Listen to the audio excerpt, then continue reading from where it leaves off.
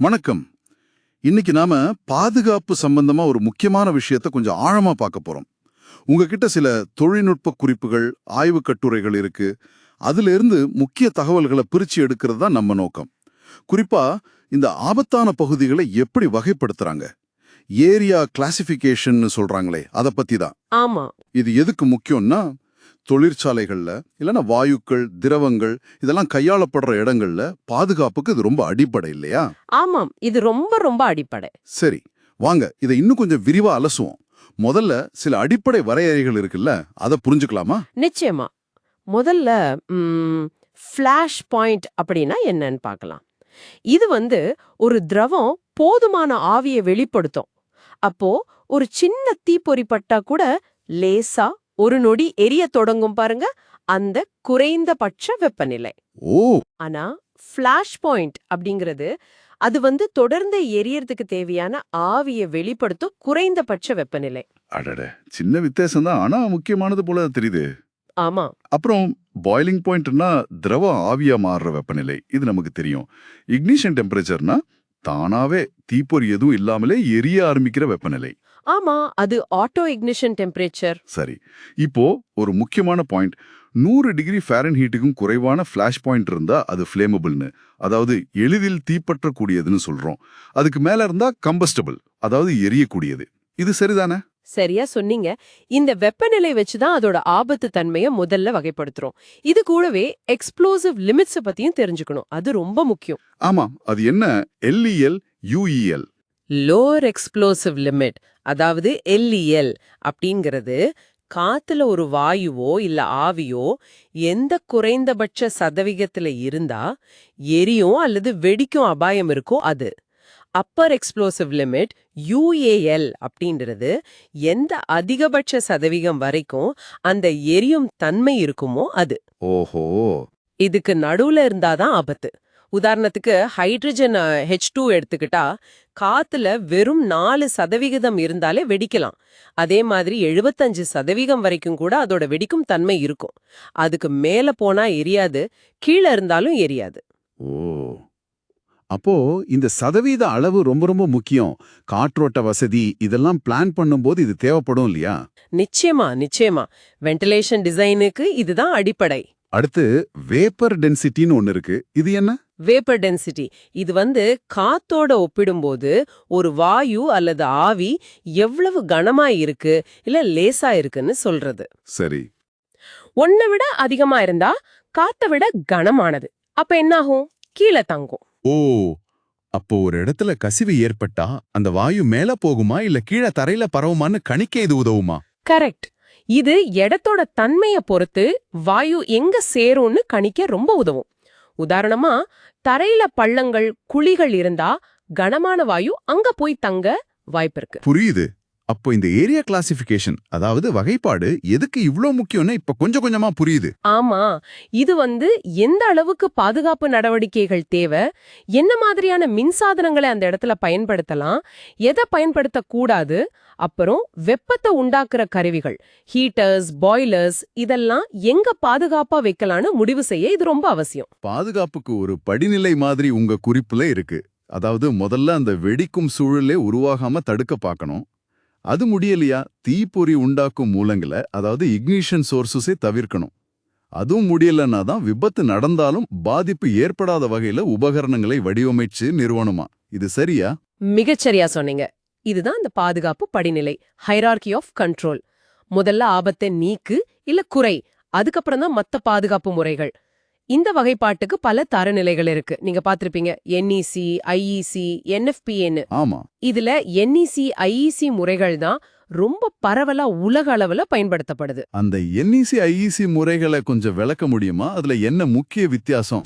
NEC, அதாவது national electrical code. இது பெரும்பாலும் அமெரிக்கால பயன்படுத்துறாங்க.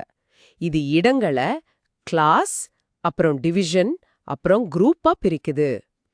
கிளாஸ் 1ன்னா வாயுக்கள், திரவங்கள். கிளாஸ் 2ன்னா எரியக்கூடிய தூசிகள். கிளாஸ் 3ன்னா நார்கள். சரி. டிவிஷன் 1ன்னா சாதாரண நிலையிலேயே, அதாவது நார்மல் ஆபரேஷன்லயே ஆபத்து இருக்க வாய்ப்புள்ள இடம். டிவிஷன் 2னா அசாதாரண நிலையில, உதாரணமா ஒரு கசிவு இல்ல பழுது ஏற்பட்டா மட்டும் ஆபத்து உருவாகிற இடம். ஓகே, அப்புறம் குரூப். குரூப் வந்து அந்த வாயுவோட அல்லது தூசியோட குறிப்பிட்ட தன்மையை குறிக்குது.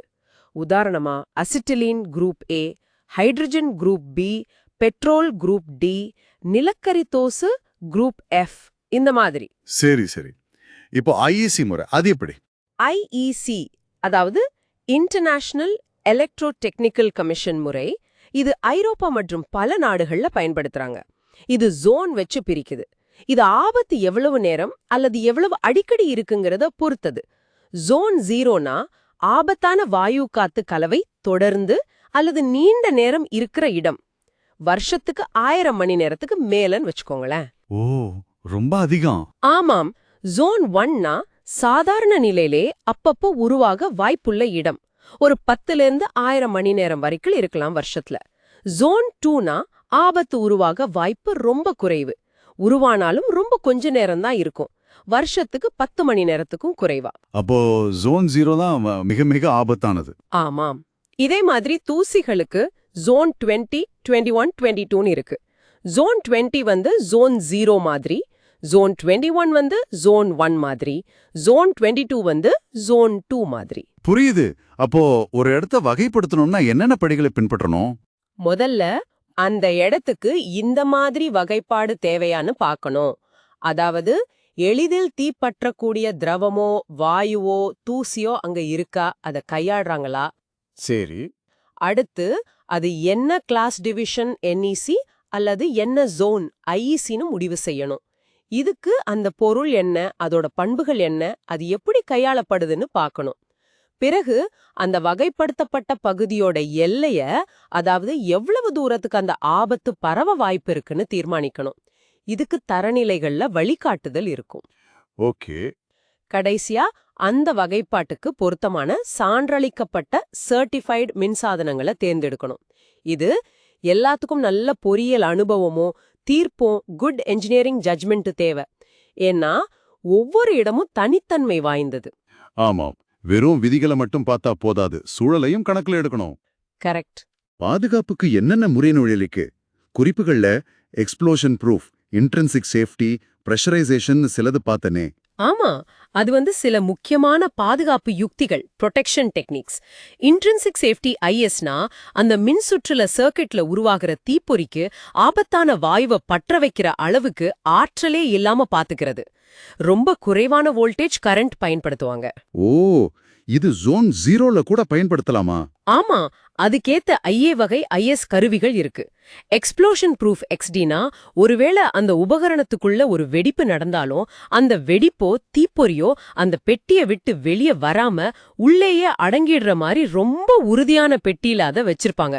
சரி. பிரஷரைசேஷன் எக்ஸ்பினா அந்த உபகரண பெட்டிக்குள்ள சுத்தமான காத்த இல்லனா நைட்ரஜன் மாதிரி ஒரு மந்த வாயுவை, இனர்ட் கேஸ், அதிக அழுத்தத்துல செலுத்தி வெளியே இருக்கிற ஆபத்தான வாயு உள்ள போகாம தடுக்கிறது. ஓ, இது பெரிய கண்ட்ரோல் பேனல்களுக்கெல்லாம் யூஸ் பண்ணுவாங்களா? ஆமா, அதுக்கு இது ஒரு நல்ல தேர்வு. இது மாதிரி நிறைய முறைகள் இருக்கு. எந்த ஜோன் அல்லது டிவிஷன், அங்க என்ன வாயு இருக்குங்கிறத பொறுத்து சரியான பாதுகாப்பு முறையை தேர்ந்தெடுக்கணும். அருமை. ரொம்ப தெளிவா இருந்தது. ஆபத்தான பகுதிகளை வகைப்படுத்துறதோட அடிப்படைகள், என்இசி, ஐஇசி முறைகள், அதுக்கான படிகள், அப்புறம் சில பாதுகாப்பு யுக்திகள்னு நிறைய விஷயங்களை உங்க குறிப்புகள் மூலமா சுருக்கமா புரிஞ்சுக்கிட்டோம். இந்த தகவல்கள் கேட்டுட்டு இருக்கிற உங்களுக்கு பயனுள்ளதா இருந்திருக்கும்னு நம்புறோம். நிச்சயமா. இந்த வகைப்பாடுகள்ல ஒரு சின்ன தவறு நடந்தா கூட அதோட விளைவுகள் ரொம்ப பெருசா இருக்கலாம். பெரிய விபத்துகளுக்கு வழிவகுக்கலாம். நீங்க யோசிச்சு பாருங்க, நாம தினமும் பயன்படுத்துற பெட்ரோல், சமையல் எரிவாயுல இருந்து மருந்து பொருட்கள், ரசாயனங்கள் வரைக்கும் எத்தனையோ பொருட்கள் உருவாகிற இடங்கள்ல இந்த மாதிரி பாதுகாப்பு வகைப்பாடுகள் எவ்வளவு முக்கிய பங்கு வகிக்குது. ஆமா. அடுத்த முறை ஒரு தொழிற்சாலையை பத்தியோ இல்ல ஒரு சுத்திகரிப்பு நிலையத்தை பத்தியோ படிக்கும்போது இல்ல செய்தியில பார்க்கும்போது இந்த பாதுகாப்பு அம்சங்கள் எப்படி அங்கெல்லாம் யோசிச்சு செயல்படுத்தப்பட்டிருக்கோன்னு கொஞ்சம் கவனிச்சு பாருங்களேன்.